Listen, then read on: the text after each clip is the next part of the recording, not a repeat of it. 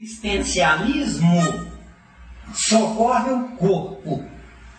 O certo não é assistencialismo, mas é escola.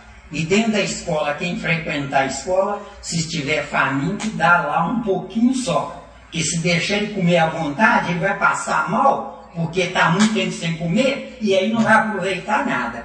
Então tem que ser doses. Entendeu bem? O próprio Chico, né, ele ganhava muitos donativos e ele não dava aquela cesta básica por puta. Ele dava uma cesta básica, né, bem básica mesmo, que para a pessoa acordar, se vira. Agora, eu peço a vocês paciência comigo, que eu sei que eu sou realmente terrivelmente complicado, não é? Mas anotem as dúvidas e com todo carinho. Estarei sempre à disposição de vocês. Os companheiros aí pediram se eu poderia vir uma vez por mês. Enquanto eu estiver vivo, virei com todo prazer. E se quiserem, nesse ritmo, anotem as dúvidas, que eu não vou me recusar de respondê-las. Tá bom? Ajuda. Não, tranquilo aí. Então tá bom. Não, ainda está vindo. Aqui a intuição positiva é negativa. Aqui jogou a lenha na fogueira. A lenha na fogueira, a gasolina na fogueira. Caridade. O que seria realmente a sua visão no que diz respeito à caridade? O que seria, assim, tirando esse desencargo de consciência que a gente vê aí, com sua rotula como caridade, como você vê que seria uma verdadeira caridade? Se o seu filho valer a pena, faça hora extra no seu serviço para intelectualizá-lo ao máximo, porque graças a isso você poderá voltar melhor. Agora, se o seu filho não valer a pena, dê a ele apenas a ração de cretino não morrer de fome, entendeu? Tem mais alguma pergunta? Mais objetivo possível. Agora, por que cretino, né? É porque meu filho não é filho de Deus, é filho do sexo gostoso, que eu olhei para ela, nossa, ela é gostosa demais. É com ela que eu vou. E eu não sossego enquanto não conquistá-la. Só que eu vou conquistar a minha atração mineral, certo? E não o meu amor espiritual. Entendeu? Que é o que está faltando na doutrina espírita, certo? Amor, é o que está faltando. Precisamos aprender a amar. Tanto que a próxima vez, se vocês quiserem, a gente vem aqui para falar especialmente sobre isso. Que o ser humano não sabe amar. Gosto-se, dou-se, faço-se. Seria falta de caridade se o meu filho cometeu um erro e a polícia for prendê-lo? Entrega ele. Não tira não. Falta de caridade? Não tira não, deixa ele lá, ué. Que é isso? É só o corpo que está porco, que está preso. Não é o espírito. Eu acredito que isso é até porque é uma burrice. Se ele cometer um erro e eu não deixar ele pagar pelo que ele fez, automaticamente ele vai cometer de novo até ele chegar ao ponto de cometer erros absurdos e vão comprometer a própria vida dele. Um filho Mas se meu, ele pagar pelo primeiro, ele vai comprometer vergonha. um filho meu com 16 anos, garotão ali que é mais velho do que ele sabe, irmão dele, não é? Com 16 anos, fez um roubo no supermercado. Aí eu fui chamado lá no distrito policial. Sendo chamado lá no distrito policial, eu perguntei ao delegado, por favor, qual é o maior tempo que o senhor pode segurar esse menino aqui, fazendo ele ver tudo enquanto é atrocidades aqui dentro? Entendeu? Aí o delegado falou, por 24 horas. Aí eu saí, no dia seguinte eu voltei, dei a mão a ele e falei para ele, ó, eu busquei você aqui porque você é meu dependente. Mas se você cometer o mesmo deslize da próxima vez, eu tenho duas alternativas. Ou desaparecer no mundo para não ter que buscar você, não é? Ou deixar a polícia me prender porque eu vou me recusar a cuidar de você, entendeu? Vocês tiveram. E eu hoje deu gente. Entendeu bem? Quer dizer, poderia não dar também, viu, gente? Porque cada um é cada um. Eu não gero espírito, eu gero corpo. Agora, se eu souber atrair um espírito igual ou melhor do que eu, essa é que é a função única da doutrina dos espíritos, que precisa ser aplicado na doutrina dos espíritas. Nós temos um abismo entre a doutrina dos espíritos e a doutrina dos espíritas. Um abismo vergonhoso, tá? Se vocês tiverem paciência com Zé Miranda, ótimo. Eu vou ter muitos companheiros na próxima. Se não tiverem paciência comigo, eu prefiro ficar sozinho do que conquistar a simpatia de vocês na mentira, viu? Olha claro. Né? Mesmo?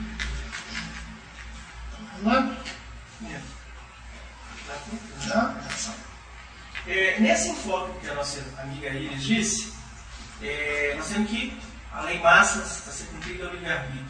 Qual seria a maior porção de caridade material a ponto de atingir uma justiça social, a ter uma sociedade mais justa, do ponto de vista material, que não implicasse necessariamente num passar na mão, na cabeça perispiritual, né? Eu vou lhe dar uma síntese, mas eu precisaria de pelo menos 1 hora para falar sobre isso. Porque o sistema está totalmente errado. Totalmente errado, tá? Então o que acontece? Se o seu filho é um cretino, você vai dar ração para ele não morrer de fome? O que você daria para o cretino, destruindo você no seu futuro? Você dá para o filho do vizinho se valer a pena, estimulando ele ao estudo, à evolução, certo?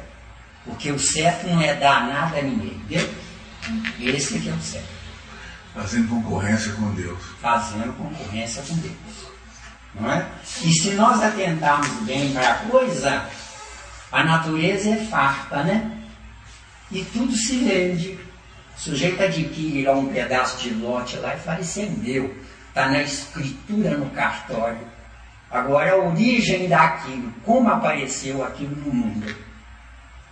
Deus vendeu para nós ou apareceu para nós? Então nós temos que corrigir muita coisa.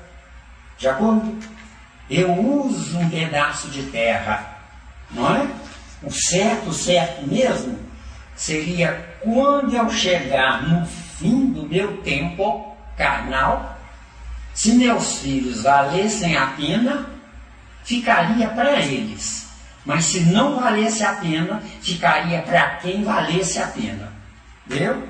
Para isso é preciso que eu não tenha meus filhos e minha mulher com minha propriedade, mas eu tenha meus filhos e minha mulher como seres que querem que eu cuide deles. Entendeu? Que é diferente. Eu mesmo. Dentro da polêmica de caridade ainda, temos aí grandes espiritualistas, né, como Krishnamurti, Osho, que quando falam da questão de dar esmola, de dar o donativo, eles são também radicalmente contra o dar de mão beijada. E o Osho, por exemplo, ele fala que nós não devemos dar nada para ninguém, mas nós devemos compartilhar com as pessoas. Que é outra coisa, lindo, maravilhoso. Não conheço essa criatura, mas nota 10 para ela, dentro disso que você trouxe. Certo? Mas é essa a questão. O perigo de dizer não se deve dizer nada é grande, porque as pessoas deixam de partilhar. E as pessoas deixam de ajudar as pessoas quando elas podem. E podem estender essa ajuda a muito mais, inclusive a questão educacional, né? A questão de levantar o espírito, de ajudá-lo a evoluir, que na realidade a casa espírita, se ela fosse só assistencialista, ela não precisava ser casa espírita, ela podia ser uma associação assistencialista. Quer dizer, o objetivo da casa espírita não é assistencialismo. Mas, da mesma forma como o objetivo da sua vida não é assistencialismo. Mas se você vê uma criança passando fome ali, te pedindo um pão e você não dá porque acha que aquela criança tem que passar fome ali, aí já passa a ser cruel, no meu ponto de vista. Se a criança está passando fome, a culpa é da criança abandonada ou a culpa é do sistema mal distribuído? Pois é.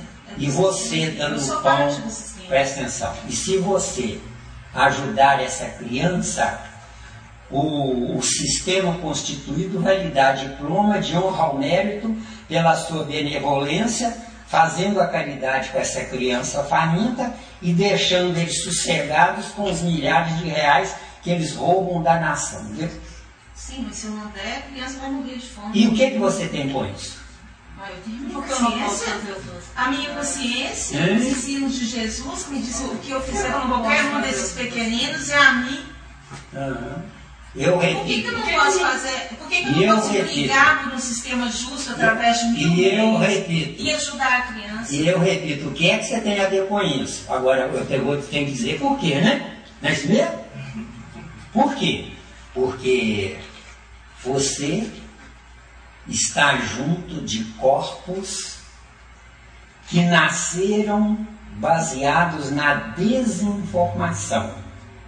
Hoje, por exemplo, uma moça ajuizada, ela jamais se engravidaria com menos de 30 anos. Hoje, uma moça espírita com o pé no chão, ela jamais se engravidaria nesta encarnação. Eu sei que é pesado. Agora, por quê? Porque vocês já pensaram se a oferta fosse menor do que a procura? O que iria acontecer? Os próprios empresários iriam estimular as empregadas a se engravidarem para gerar filhos para trabalhar nas vagas que estão faltando na empresa. Deu ou não deu? Enquanto que hoje é pecado abortar. É um crime não deixar nascer. Agora, e pagar R$510 por mês para a criatura sobreviver. O que vocês acham? Com R$510 por mês a criatura ou morre, ou mora mal e come péssimo, ou come mal e mora péssimo ou debaixo da ponte. Dentro disso aí é um aborto a longo prazo, né? É o quê? É um aborto a longo prazo. É um aborto a longo prazo. E eu estou propondo evitar o aborto, porque abortar é um crime, não é? Agora, deixar crescer. Quantas pessoas que você, às vezes, criancinha, lá nas crechezinhas, passando fome, dificuldade, você foi lá e abasteceu, pegou no colo, cresce sem opção, pode ser um ladrão que vai matar você mesmo, teu. Foi um negócio ruim ou um negócio burro? Pensa com calma. Você respondeu, tá? A realidade, ela dá dando para manga, né? A gente tem que pensar bem mesmo. Eu queria fazer uma colocação também de uma experiência. Há alguns anos atrás eu tive contato com uma criança, um menino nessa época, eu devia ter por volta de 8 anos. Eu tive contato com esse menino na porta lá da minha casa, um dia que eu vou botar um lixo lá fora enquanto ele mexendo na lixeira. E aí eu chamei, conversei, bate-papo, entendei, o que você está fazendo aí e tal, fui conversando naturalmente para não constrangê-lo e acabei me envolvendo muito com esse menino e até os meus filhos também. Aos poucos ele entrou, ele foi tomando café lá em casa, etc e tal, eu batia papo, conversava, deve ter passado mais ou menos uns 2 anos conversando com ele.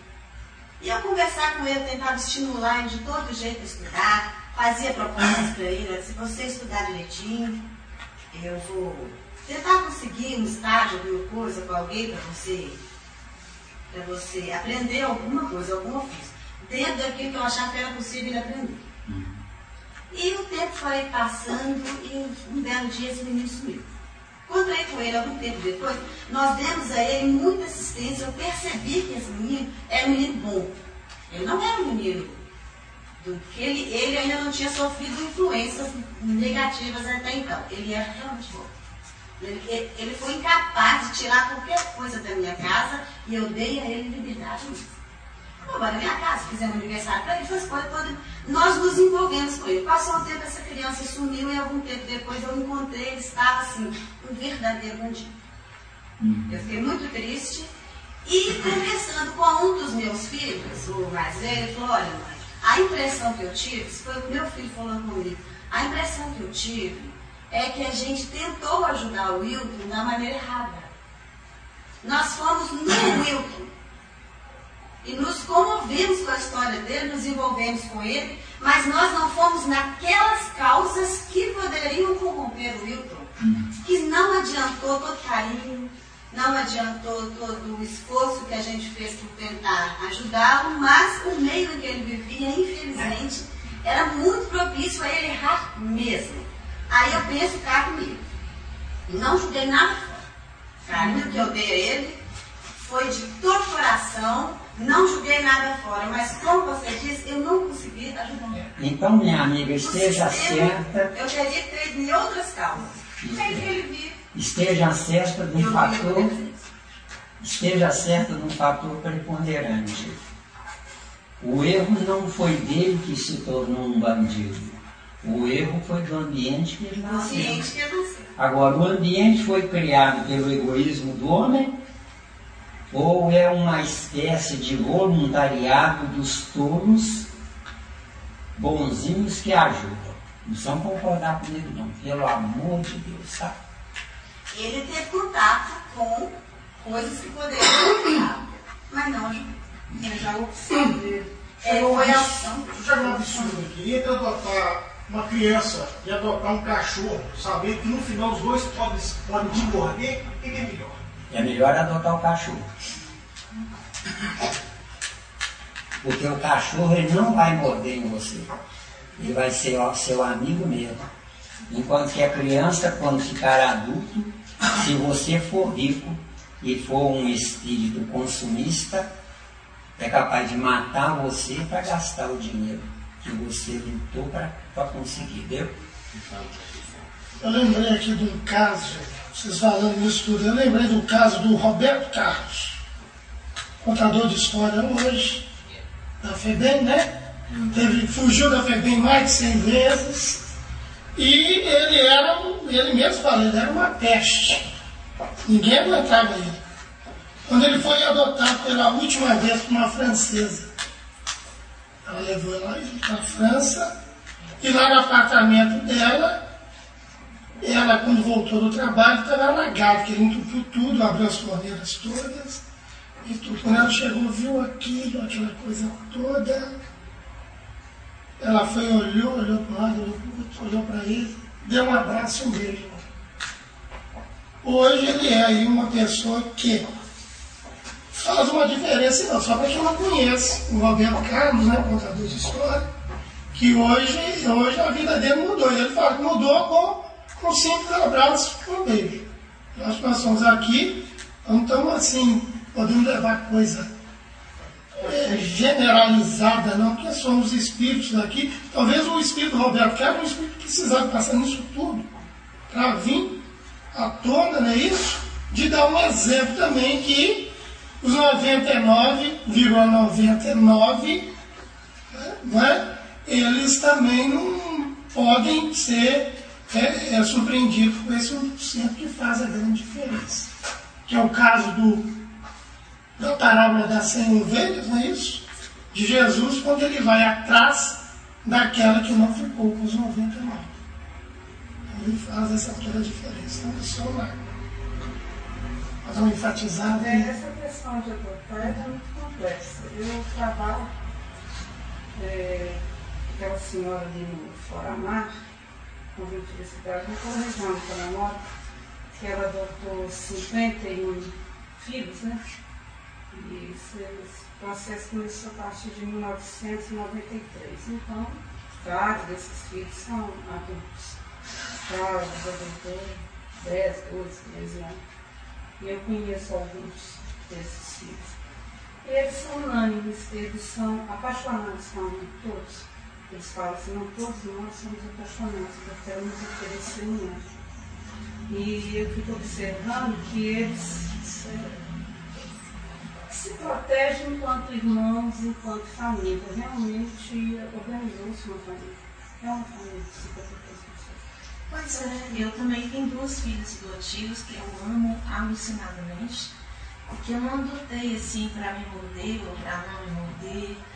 Eu adotei para termos minha vida, e elas são as coisas mais maravilhosas que existem na minha vida. Se me perguntarem assim, valeu sua existência, valeu por elas.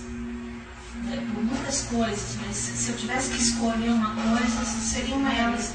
E eu acho que eu não estou correndo risco algum, e eu jamais correria risco se eu me animasse a adotar uma nova criança. Então, eu acho que isso tudo é muito, muito relativo, é muito perigoso generalizar.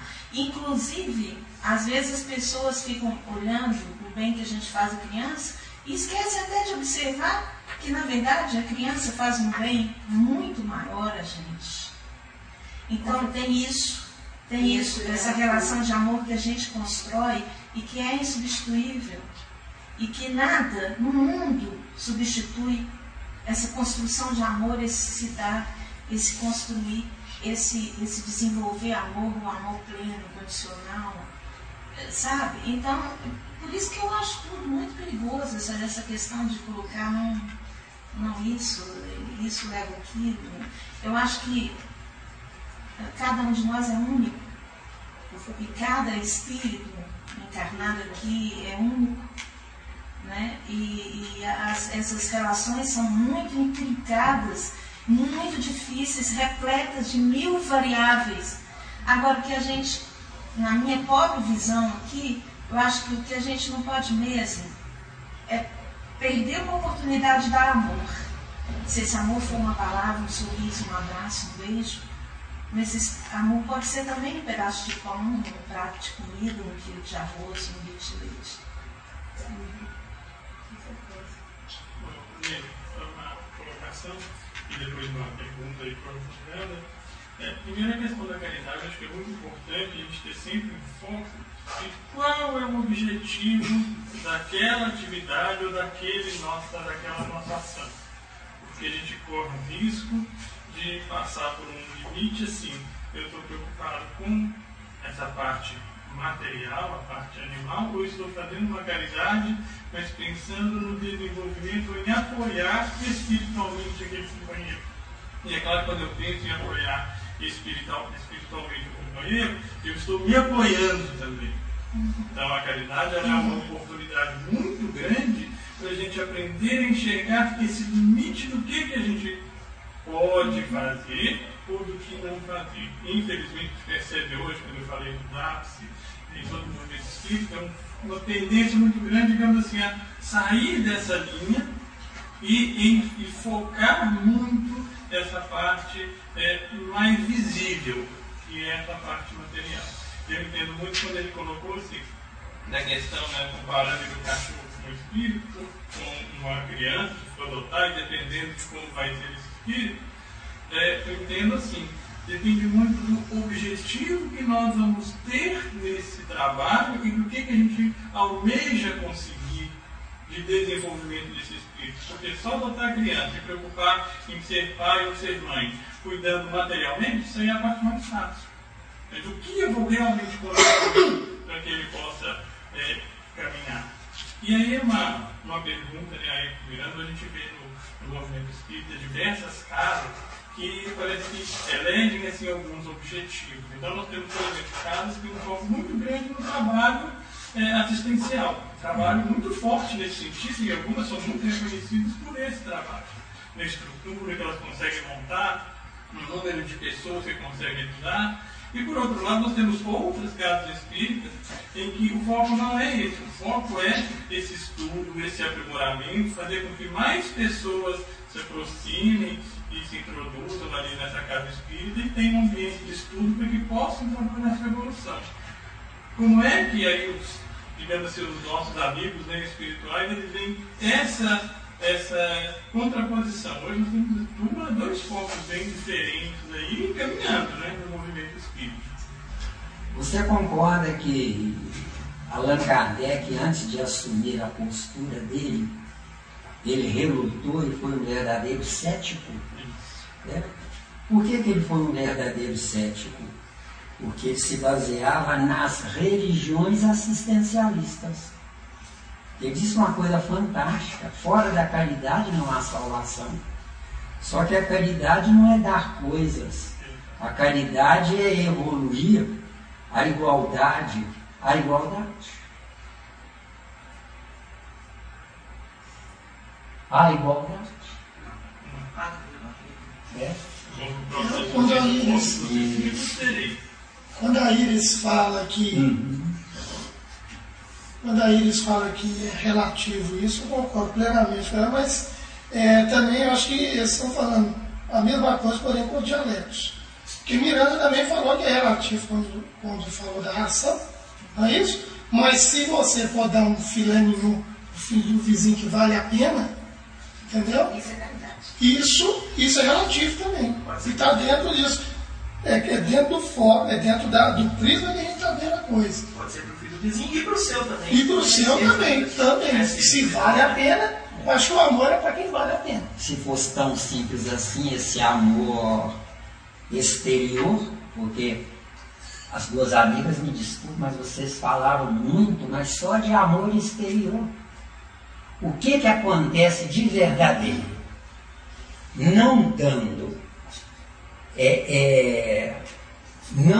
facilidades ao filho cretino, você nunca virá ser neto ou bisneto ou tetraneto dele.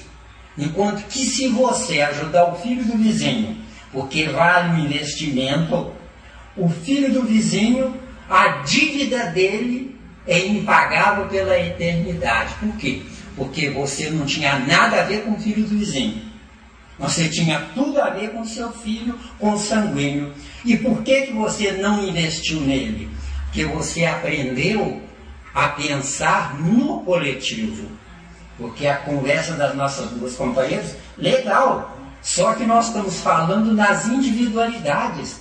Doutrina espírita é para regenerar a humanidade e não para manter o pieguismo religioso de pé. E pieguismo religioso e dar pão aos outros é a mesma coisa. Precisam concordar comigo não, mas se quiserem me escutar, eu estou disponível. Se não quiser, quem quiser, tem um refrão da música, né? Estou nem aí, estou nem aí, estou nem aí. Entendeu? Mas se quiserem, eu estou aqui disponível. Entendeu, né? Bom, vamos lá. Pergunta agora. Pergunta também pergunta está dentro da casa espírita. Pomada vovó Pedro. Essa pomada tão famada, tão distribuída aí, não é isso? O que tem ela de verdadeiramente de poder de cura espiritual, ou se não é um placebo? Qual é a sua visão? Não, a pomada do vovô Pedro não é cura espiritual. A pomada do vovô Pedro é cura do corpo biológico. Agora, faz com que as pessoas, em buscando a pomada do vovô Pedro pela fé, paralelamente, através da fé, elas não se esqueçam que a doutrina espírita existe. Então vai ser indiretamente um propagandista da doutrina espírita. Agora, pomada do vovô Pedro é um trabalho fenomenal, que eu já vi em pessoa. As pessoas lá cantando ou orando com as próprias mãos, não usam máquina, produzem lá uma dúzia de barris de 100 quilos a cada mês, se eu não estiver enganado hoje, porque na época que eu fui lá era assim. Então o que acontece? As pessoas, eu repito, as pessoas que não nasceram para estudar, que não nasceram para desenvolver a inteligência, É preferível ir para lá de voluntário com boa vontade, lambuzar as mãos lá fabricando a pomada do Vovô Pedro. É preferível do que ir para os botecos. É como a igreja protestante. A igreja protestante fala horrores da doutrina espírita. Só que faz um enorme favor à doutrina espírita, porque tira muitos marginais da marginalidade, fazendo com que nós tenhamos mais perspectivas de sobrevivência. Porque todos nós, com Deus ou sem Deus, amando Deus ou odiando Deus, todos nós estamos sujeitos a acidentes de percurso. Tanto que o tolo, fanático numa religião, que dirige o carro, eu adoro Jesus, eu amo Jesus, vai bater. Porque ele distrai a mente. Deu aí? Então nós temos que saber e entender o ponto-chave da vida. Deus não quer que eu ame. Deus quer que eu seja digno dele. Porque sendo digno dele já é amor. Porque se ele quiser que eu ame, ele é um proprietário do meu amor. Que é o que acontece na humanidade hoje. Minha mulher. Que minha mulher o quê? Ela pode estar obrigada a ir por força da circunstância, deitada comigo na cama, mas pensando em outro homem. Como é que ela é minha? Então, para ela ser minha, eu tenho que conquistá-la. Para a conquistar, eu tenho que praticar o verdadeiro amor. O que seria o verdadeiro amor? Ao invés de eu dar um pedaço de pão para o faminto, eu dou o melhor para minha mulher, para ela, em última hipótese, sentir vergonha de pensar em outro homem. Deu ou não? Mesmo nós estamos errados, nós estamos cuidando do externo, esquecido da autoconstrução de si mesmo. Uma mulher que se engravida, o que mais ela se preocupa é o que virá 9 meses depois. Se será uma porcaria ou será um anjo. Ou não é isso? Agora, por que é assim? Porque as mulheres ainda não estão prontas para gerar anjos. Né? Então, na Terra nós temos parideiras. Elas estão longe de serem mulheres. Agora, se quiserem detalhes mais aprofundados sobre isso, eu estou às ordens. Mas eu precisaria de um tempo, que eu não sei quanto, para falar sobre isso. De acordo? Deu aí a grosso modo?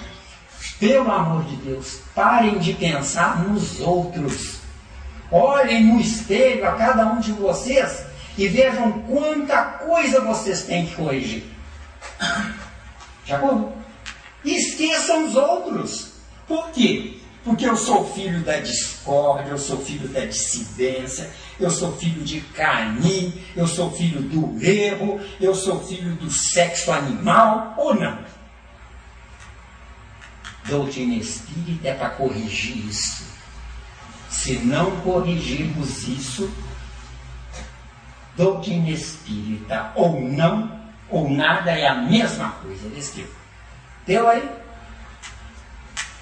E enquanto eu estiver vivo, se vocês quiserem escutar, estou aí. Certo? Podem me encurralar. Entenderam bem? Podem me encurralar. Certo? Quer dizer que Jesus vem trazer a espada e você vem trazer a marreta. Isso. Perfeito. Um marretão maravilhoso. Muito bom. Jesus falou, não vim trazer a paz, vim trazer a espada. Zé Miranda não veio trazer o sossego. Trazer uma marreta. Ô gente, hoje, domingo, esse calor todo, a gente se reunir para falar abobrinha, tem dó. Tem dó, gente. Entendeu bem? Porque esse refrão tem que ser bom, eu vou salvar aquela criança, porque eu vou cuidar dela como você trouxe o exemplo, né?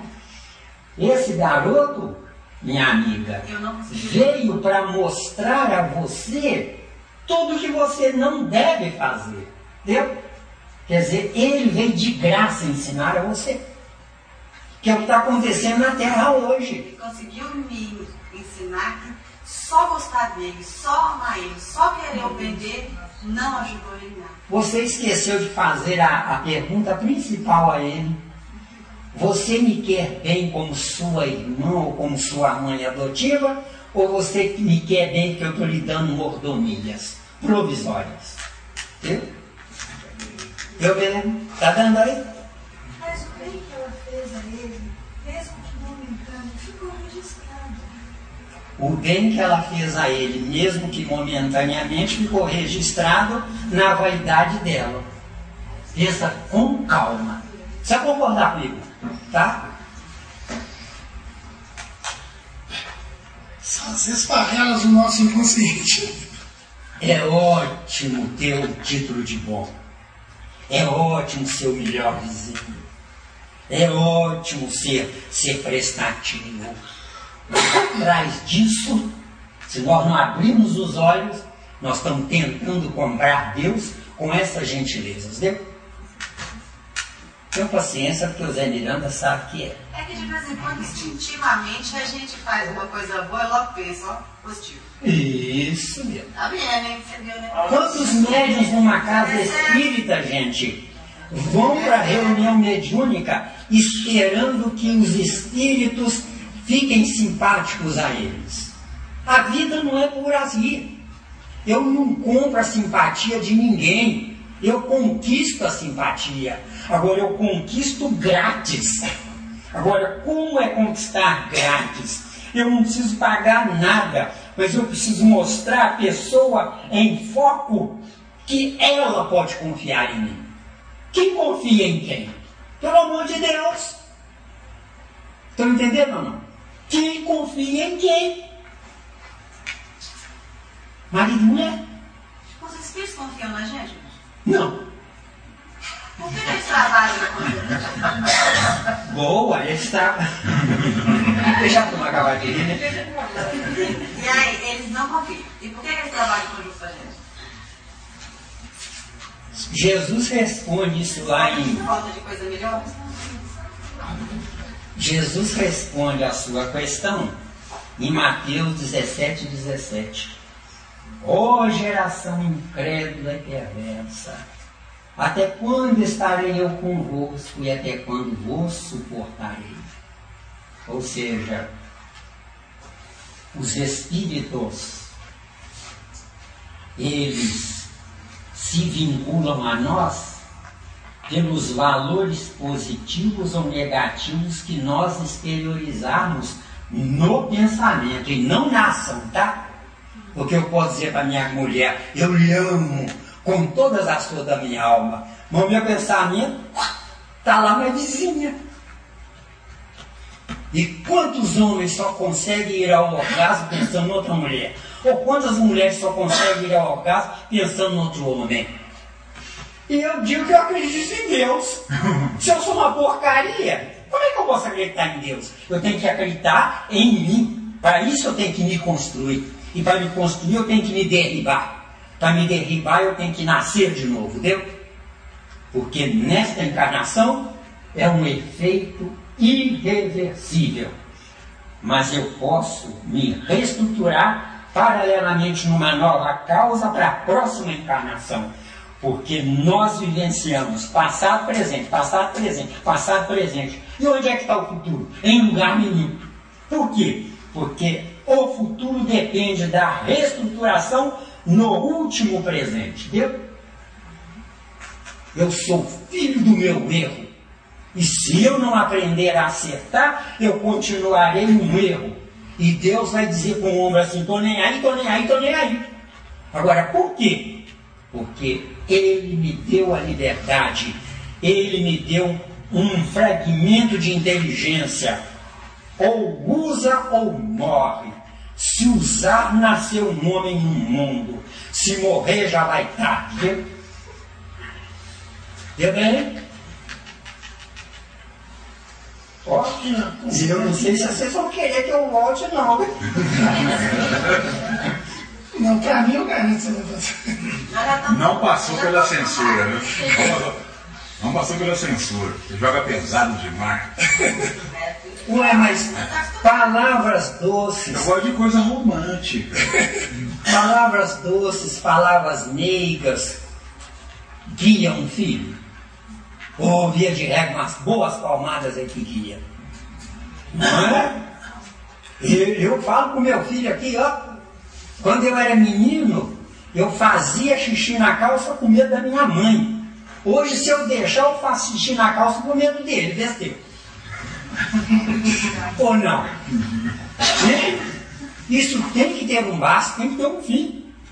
Para que Kardec veio? É esta a indagação que eu faço a vocês. Para continuar do jeito que está? Plagiando, fazendo caridade, sendo bonzinho, sendo que a caridade que eu faço é porque o sistema rouba aquilo que eu já ganho pouco e dou. Porque se vocês analisarem com calma, quem faz a caridade é quem ganha pouco. Quem ganha muito morre de medo de ficar pobre, ou não? Quem ganha muito não faz caridade, não. Quem faz caridade é aquele que ganha um pouquinho mais do que 510, né? Entendeu bem, gente? Isso precisa ter um fim. Nós, na doutrina espírita, nós temos o maior tesouro em nossas mãos, que é a vitória do espírito sobre a matéria animal. Eu? Sim, companheiro. A caridade não seria de Deus, não dar o meu peixe para ele, ensiná-lo a pescar? Você, hoje, século XXI, você pode ir mais fundo ainda. Você, ao invés de dar o peixe para ele, você não ensina ele a pescar. Dá a vara e fala para ele, pensa para que serve isso.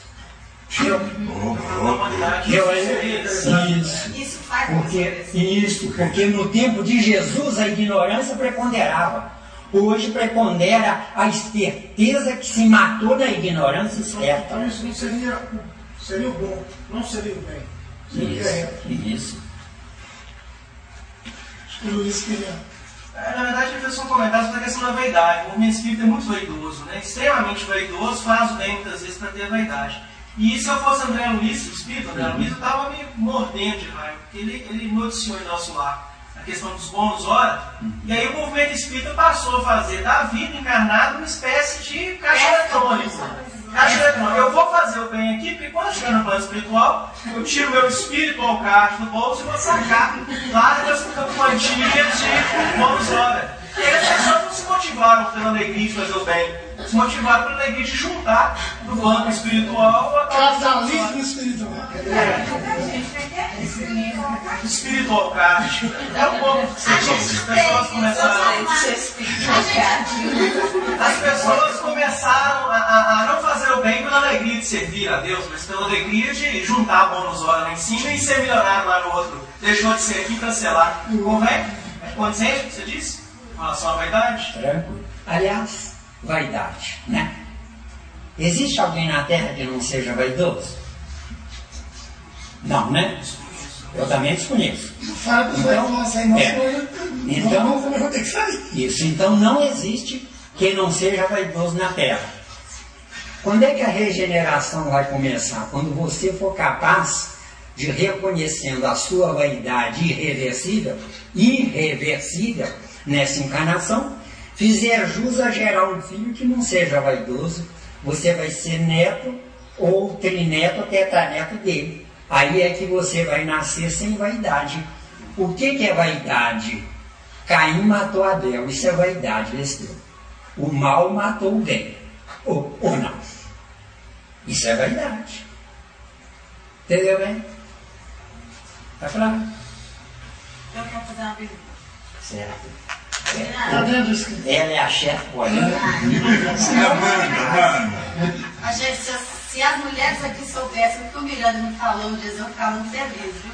Ele falou que livro tem que beijar minha mão todinha. Não quer beijar não, viu? Não quer anunciar não. Mas é amor espiritual, né? Não, é a...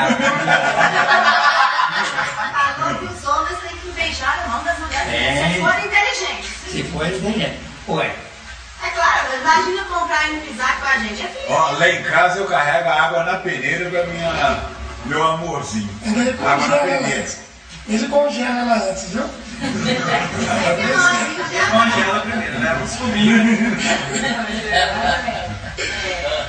Que a mulher manda, a mulher é superior. É porque brigar com mulher é filho. É frio, a mulher manda, ela é superior aos homens. E na história da humanidade, as mulheres que eram boas eram boas mesmo, essas mulheres que eram ruins. Era boa, é ótimo. Aí, era boa, então você vai ter que concordar. As mulheres que eram ruins eram ruins. A pergunta é a seguinte: o que é que você acha hoje da literatura espírita? A literatura espírita de 20 anos para cá, para mim, é um lixo.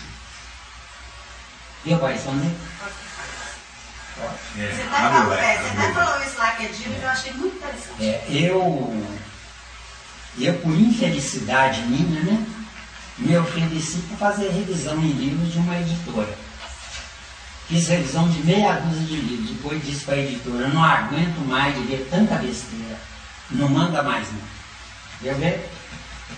Tem livro, tem um dos livros, um parágrafo que eu li, era a mesma coisa no livro X. Outro parágrafo que eu li era a mesma coisa no livro Y. Então eles estão plagiando mesmo. Entendeu? E é uma vergonha. Qual parte da literatura você acha interessante?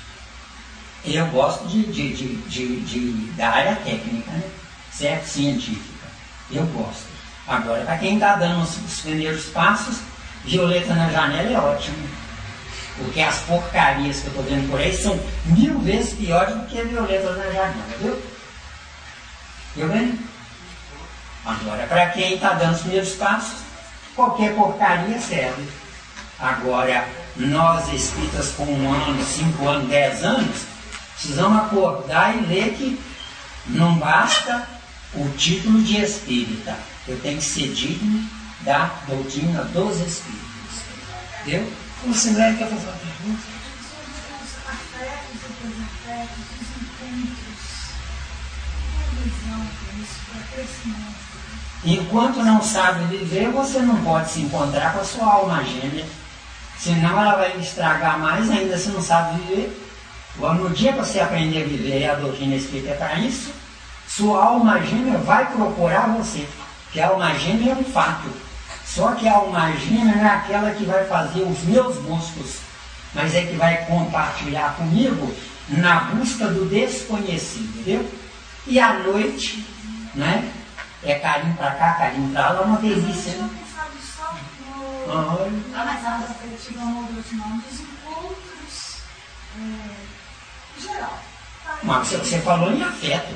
Mas todo tipo de afeto. Não, mas Ou desafeto. afeto e desafeto está correlacionado a homem e mulher. Os filhos são consequência. O que adianta você amar, lamber seu filho, adorar seu filho e dormir contrariado ao lado do homem errado? Não adianta nada. Por quê? Porque você, para dar amor a terceiros, e seu filho é um terceiro, o seu marido é que é o preponderante, se não houver um encontro de ideais entre os dois, você está fugindo do maridão, queimando seu precioso tempo no afeto com o filho. Entendeu? Que o que mais tem na terra é fuga. Entendeu? Eu falei naquele dia que você foi lá, eu acho que foi naquele dia que você foi lá. O certo é quando o maridão sair para trabalhar, a tristeza bate em você. Fiquei sem a minha metade provisoriamente.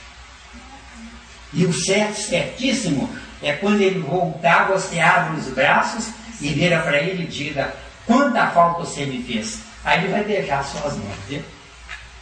E se a mulher valer a pena, até os pés eu vejo e lambo os pés dela. Mas é fato, o Bolsonaro é dois segredos. Tinha uma mulher que não falou Você vai ter esse complicado, né? Ô, Miralha, ele vai do centro todo dia, chega em casa, eu tô dormindo, quando ele sai, eu tô dormindo, eu consigo sentir até saudade dele. Estratégia da guerra. Filho adotivo, ele pode ser um afeto ou um desafeto. Minha querida, presta atenção. Adotar um filho de outro sangue é você se intrometer na vida alheia. Se ele for refugado pela mãe ou pelo pai, ele precisava passar por isso. É como quando eu comecei na doutrina espírita e tinha um instrutor fantástico chamado Leão Zálio, ele estava comigo. Eu vi uma mãe esbofeteando um filho de 7 ou 8 anos na rua. Eu estremeci e pensei, meu Deus do céu, o senhor não existe não? Um crime desse? Leão Zálio segurou minhas mãos, meus braços, me abraçou e falou, Miranda, ele precisa disso, porque ele não tem limites, esse Deus. Os bofetões que ele está recebendo, é melhor recebê-los da mãe do que da polícia, esse. Ficou claro?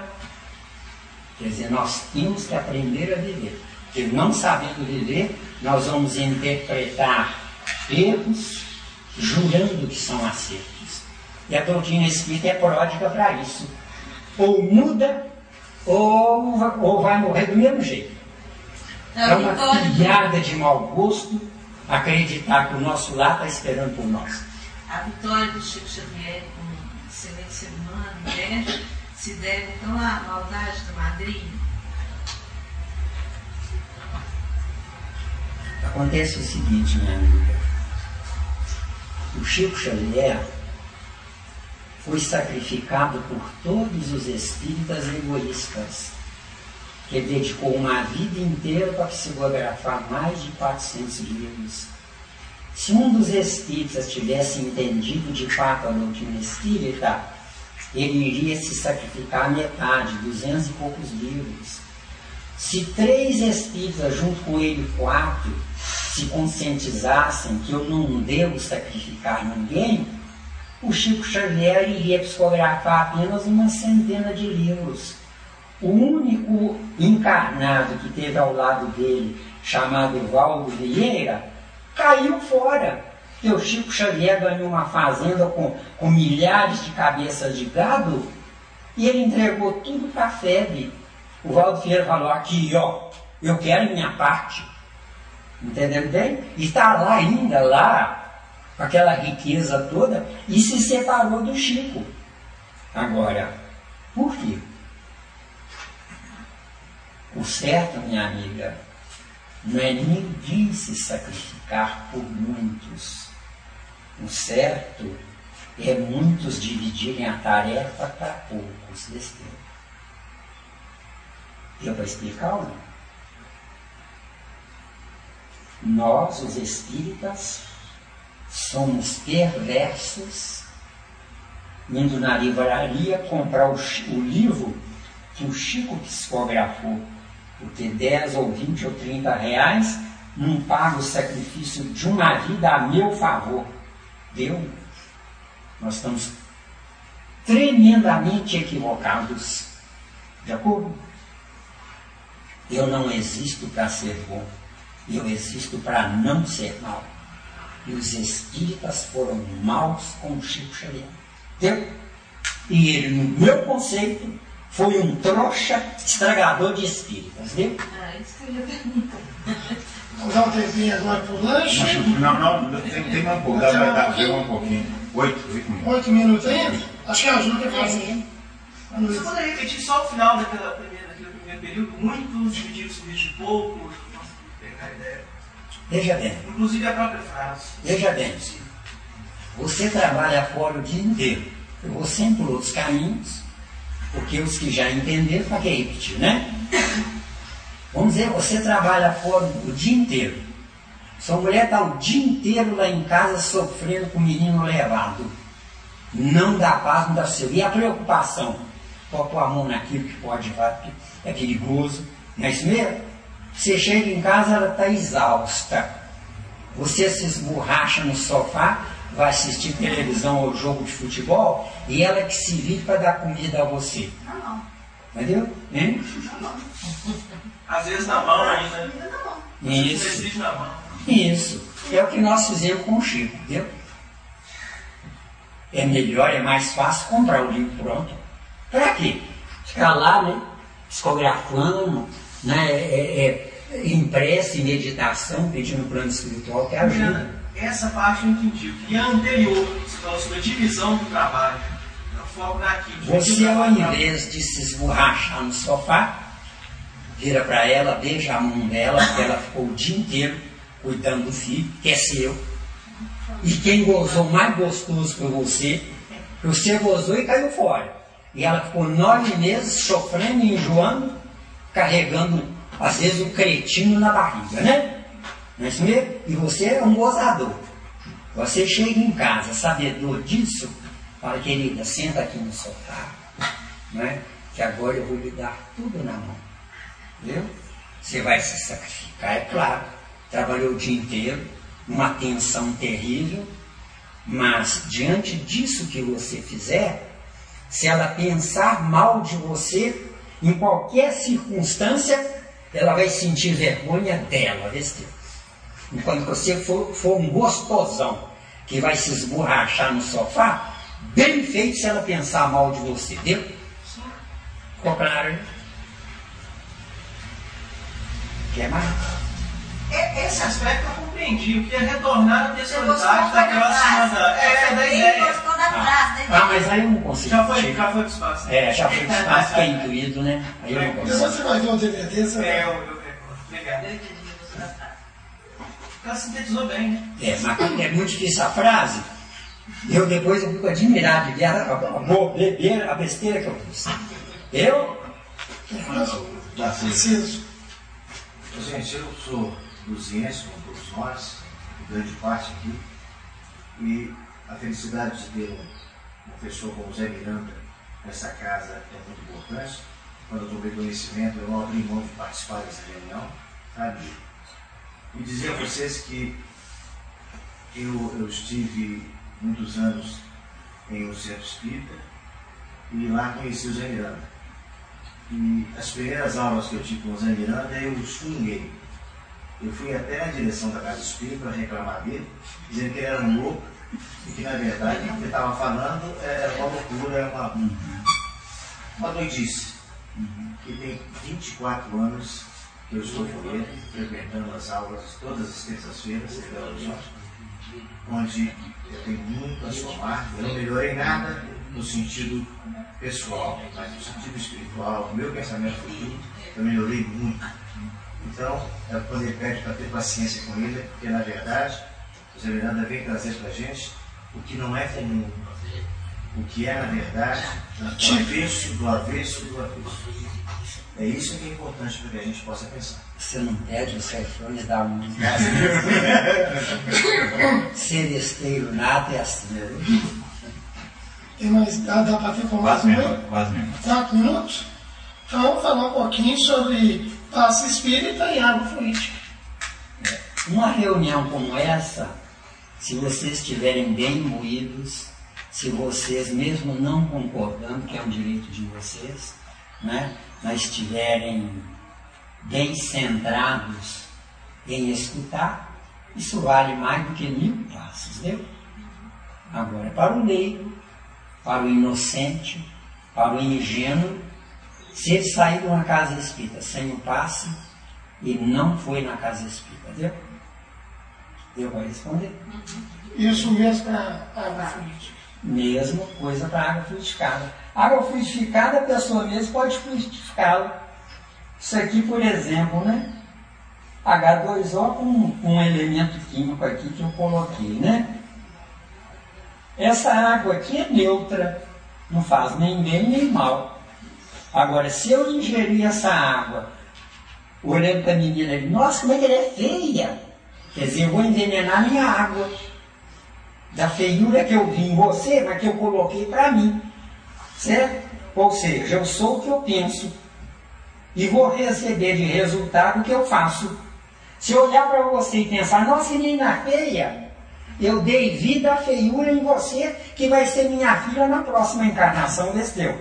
Não necessariamente você, mas a feiura que eu gerei. Agora, se eu bebi essa água, pensando, nossa, que moça interessada, saiu da casa dela com tanto sacrifício para vir aqui escutar, que Deus ajude ela, beneficie ela, não é? Essa água aqui vai ser... Vamos para o intervalo. Até mais. A você.